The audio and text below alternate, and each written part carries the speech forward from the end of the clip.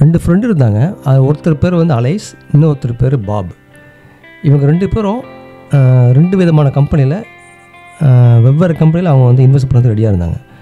இவங்க 2 பேரில் 2 பேர் இன்வெஸ்ட் பண்ணிட்டாங்க. ஆனால் ஒருத்தருக்கு தான் ப்ராஃபிட் கொடுத்துச்சு, இன்னொருத்தருக்கு பயங்கர லாஸு. அந்த லாஸு வந்து எதனால் ஆகிடுச்சுன்னா ரிட்டர்ன் ஆன் ஈக்விட்டி. இந்த ஒரு மந்திரத்தில் தான் 2 பேருடைய ப்ராஃபிட்டபிலிட்டியும் லாஸும் இது தான் தீர்மானிச்சிச்சு. அதை பற்றி இந்த ரிட்டர்ன் ஆன் ஈக்விட்டி பற்றி நம்ம பார்க்க போகிறோம்.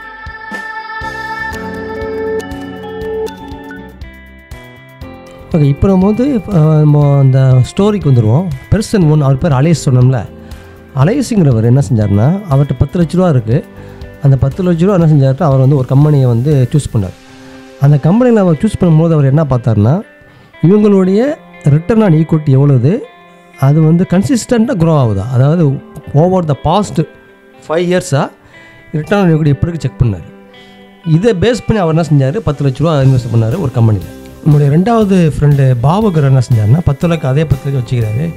ஆனால் இவர் வந்து ஃபண்டமெண்டல்னு செக் பண்ணாமல் அவர் என்ன செஞ்சார்னா, கம்பெனிகளுடைய புது ப்ராடக்ட் லான்ச்சு, அப்புறம் வந்து நியூஸு எப்படி இருக்குது, மக்கள் என்ன சொல்கிறாங்க, டிப்ஸு, கால் டிப்ஸு, இந்த மாதிரி இந்த ஃப்ளாஷி ஸ்க்ரீன் இருக்குதுல்ல, அது இந்த விளம்பரத்தில் மயங்கி இவர் என்ன 10 லட்சம் இன்வெஸ்ட் பண்ணிக்கிறாரு. இவர் வந்து நம்பர்ஸை செக் பண்ணது. காலம் செல்ல அலைஸ் பண்ண அந்த முதல் பர்சன் அலைஸ் இருக்கார்ல, அவருடைய இன்வெஸ்ட்மெண்ட் வந்து நல்ல க்ரோ ஆணுச்சு. ஏன்னா அவர் வந்து ரிட்டர்ன் ஆன் ஈக்விட்டி எவரும் செக் பண்ணி இன்வெஸ்ட் பண்ணார். அது வந்து அவருக்கு ப்ராஃபிட் கொடுத்துச்சு பெர் annum 20%. ஆனால் பாபு இன்வெஸ்ட் பண்ணது வந்து பயங்கர வந்து ஹெவி லாஸ் ஆகிடுச்சு. ஏன்னா அவர் வந்து இந்த ஃப்ளாஷி ப்ராடக்ட்டு, புது ப்ராடக்ட்டு, அவர் அட்வர்டைஸ்மெண்ட் பேஸ் பண்ணி அவர் இன்வெஸ்ட் பண்ணதுனால அவருடைய லாஸ் ஆகிடுச்சு. ஓகே, இப்போ நம்ம அலைஸோட இன்வெஸ்ட்மெண்ட் பார்ப்போம். அலைஸ் வந்து இன்வெஸ்ட்மெண்ட் வந்து 10 லேக் வச்சுருந்தது.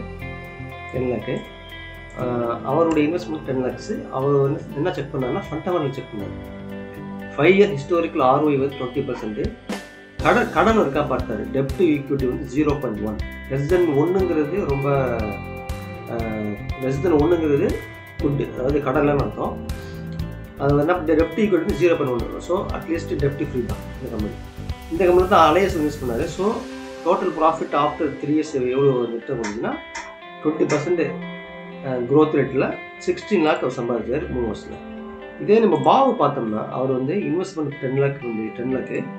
அந்த 10 லேக்கில் வந்து அவர் வந்து என்ன பார்க்கலன்னா, ROI செக் பண்ணல. ROI வந்து 10% இருந்துச்சு. ஆனால் இந்த ROI வந்து எதனால் 10%னா, இந்த கம்பெனி அவங்க வந்து என்ன செஞ்சாங்க, கடன் வாங்கிட்டாங்க. கடன் வாங்குவது மூலிமா அந்த ROI வந்து சில ஒரு ஹைப் கொடுத்துச்சு. ROI 10%. ஆனால் ROI வந்து 10, 20, 50 இருக்கிறதுனால அது வந்து நல்ல கம்பெனி கிடையாது. அதுக்கு தான் நம்ம என்ன செக் பண்ணோம்னா, ஹிஸ்டாரிக்கல் ROI செக் பண்ணணும். ஹிஸ்டாரிக்கலாக 5 இயர்ஸாக 10 இயர்ஸாக அவங்களோட ROI செக் பண்ணணும். அது வந்து நெகட்டிவ் இல்லாமல் பார்த்துங்க. இவர் இன்வெஸ்ட்மெண்ட் கம்பெனி வந்து இந்த கரண்ட் இயரில் தான் 10% ROI பாசிட்டிவ் ஆச்சு தவிர மற்ற ஹிஸ்டாரிக்கலாக அது வந்து நெகட்டிவ் இருந்துச்சு. அது மட்டும் இல்லாமல் டெப்ட் டு ஈக்விட்டி 3 நம்பர் டெப்ட் டு ஈக்விட்டி 1க்கு மேலே இருந்தாலும் அது வந்து ரிஸ்கியான கம்பெனி தான். எக்ஸப்ட் பேங்க்ஸ், அதாவது இந்த ஃபைனான்சியல் கம்பெனி தவிர மற்ற கம்பெனி இல்லாமல் ரிஸ்க் உள்ள கம்பெனி தான். ஸோ இவர் இன்வெஸ்ட் பண்ண கம்பெனி வந்து டெப்ட் ஈக்விட்டி 3 இருக்குது. ஸோ பயங்கர டெப்ட்டு. இவர் வந்து இதே 3 இயர்ஸில் வந்து ரிட்டர்ன் ஆன் ஈக்விட்டி வந்து -5 செட் பண்ணாக்கா கிட்டத்தட்ட இவருடைய இன்வெஸ்ட்மெண்ட் 10 லேக் வந்து கிட்டத்தட்ட 8 லட்சம் ஆச்சு. கிட்டத்தட்ட 2 லட்சம் கிட்ட லாஸ். ஸோ இதுதான் ROI உடைய ஒரு முக்கியமான ஒரு எக்ஸாம்பிள். நான் உங்களுக்கு ஸ்டோரி மூலியமாக உங்களுக்கு எக்ஸ்பிளைன் பண்ணேன். ஸோ நீங்கள் ஈஸியாக அண்டர்ஸ்டாண்ட் பண்ணுவீங்க. ஓகே, இப்போ நம்ம வந்து டிக்கெட் டேப்பில் ஹிஸ்டாரிக்கல் ROI 20% உள்ள கம்பெனி நம்ம வந்து டிக்கெட் டேப்பில் நம்ம வந்து கண்டுபிடிக்கலாம். ஸ்க்ரீனில் வந்து டிக்கெட் டேப்பை யூஸ் பண்ணிக்கிறேன். அதாவது ஸ்க்ரீனர் போகிறேன். ஸ்க்ரீனரில் போய்ட்டு ஸ்டார்ட் ஸ்க்ரீனிங் கொடுத்தாக்கா இதில் கிட்டத்தட்ட 5030 ரிசல்ட் வரும். இதில் வந்து நம்ம என்ன செய்யணும்னா, இன்வெஸ்ட் பண்ணுறதுக்கு ROI எப்படி நல்லா கண்டுபிடி எப்படின்னா, ஆட் ஃபில்டர் போய்ட்டு அதில் வந்து இதை வந்து டைப் பண்ணிங்கன்னா ரிட்டர்ன் ஆன் ஈக்விட்டி டைப் பண்ணிங்கன்னா அது வந்து 5 இயர் ரிட்டர்ன் ஆன் ஈக்விட்டி இல்லை 5 year average return on equity இது இப்போ செக் பண்ணி வச்சிங்கன்னா செக் பண்ணாக்க நம்மளுக்கு வந்து இந்த டிக்கெட் டேப்பில் அவர் 5 இயர் ஹிஸ்டாரிக்கல் ROI கிடச்சிடும். இதில் வந்து நம்ம என்ன செய்ய வேண்டியதுன்னா, இதில் வந்து மைனஸ் இருக்குல்ல, மைனஸை டிக் பண்ணிவிட்டு 0 to 20%. உங்களுக்கு வந்து 20% மேலே இருந்துச்சிங்கன்னா அது வந்து நம்ம வந்து லோவர் 20% கொடுத்துருவோம்.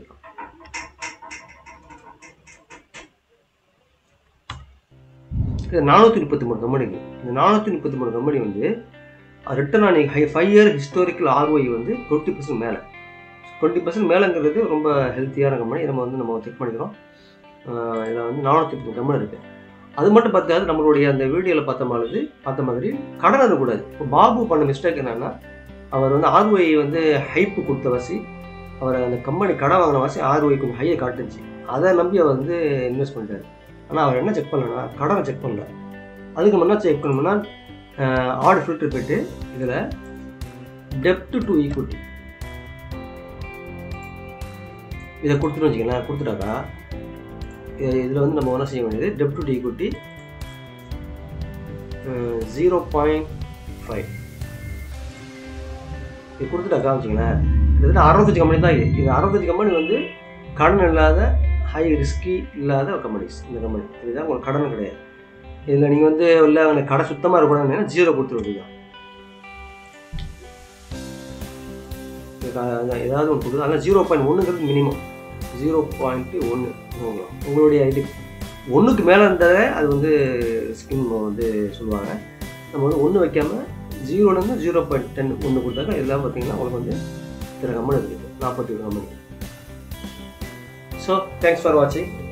இது வந்து இன்வெஸ்ட்மெண்ட்டில் பல மெத்தட் இருக்குது. அதில் இது ஒரு method ROI. So please subscribe to YouTube channel. இன்னும் இது சம்பந்தமாக நிறைய வீடியோ நான் போடுறேன். உங்கள் சப்போர்ட் எனக்கு தேவை. Please like and share the video.